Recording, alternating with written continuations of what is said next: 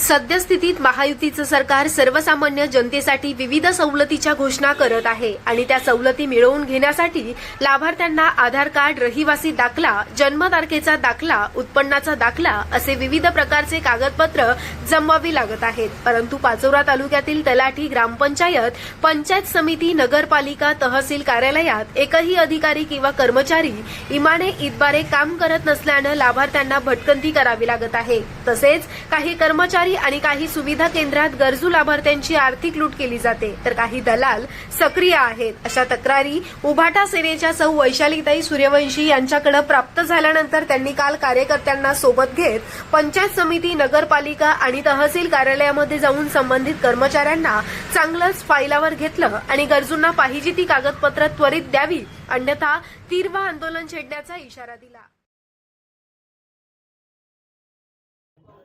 काय म्हटलं? पंचायत समितीला कशासाठी आलो? आज आम्ही पंचायत समितीला जिथे जिथे ग्रामीण भागात जातो तिथे प्रत्येक ठिकाणी प्रशासनाच्या मधून ज्या ज्या अडचणी येतात ते आम्हाला बरेच लोक इथं ग्रामीण भागातले फेस करतात। अगदी सकाळपासून काही महिला आहे, काही वयस्कर आजी वगैरे हे आलेले होते बिना जेवणा खावण्याचं आणि कामधंद्याचे दिवस असताना सुद्धा त्यांना 5-5, 7-7 तास बसावं लागतं आणि 15-15 दिवस त्यांचे प्रश्न मार्गी लागत नाही।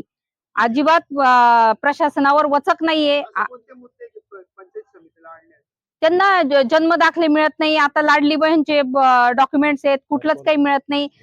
त्यांना घरकुलचे कागदपत्र मिळत नाही। म्हणजे 15-15 दिवस आणि 20-20 दिवस लोक येऊन रोज सकाळपासून चक्रा मारतात, 5-5, 7-7 तास इथे थांबतात।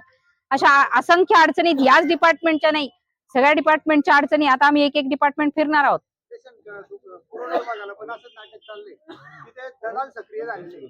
हो, ते सगळीकडेच आहेत, ते सगळीकडेच आहेत, कोणतंच डिपार्टमेंट सुटलेलं नाही। असं प्रशासनावर वचक नाही हे सगळ्या याच्यातून दिसून येतंय।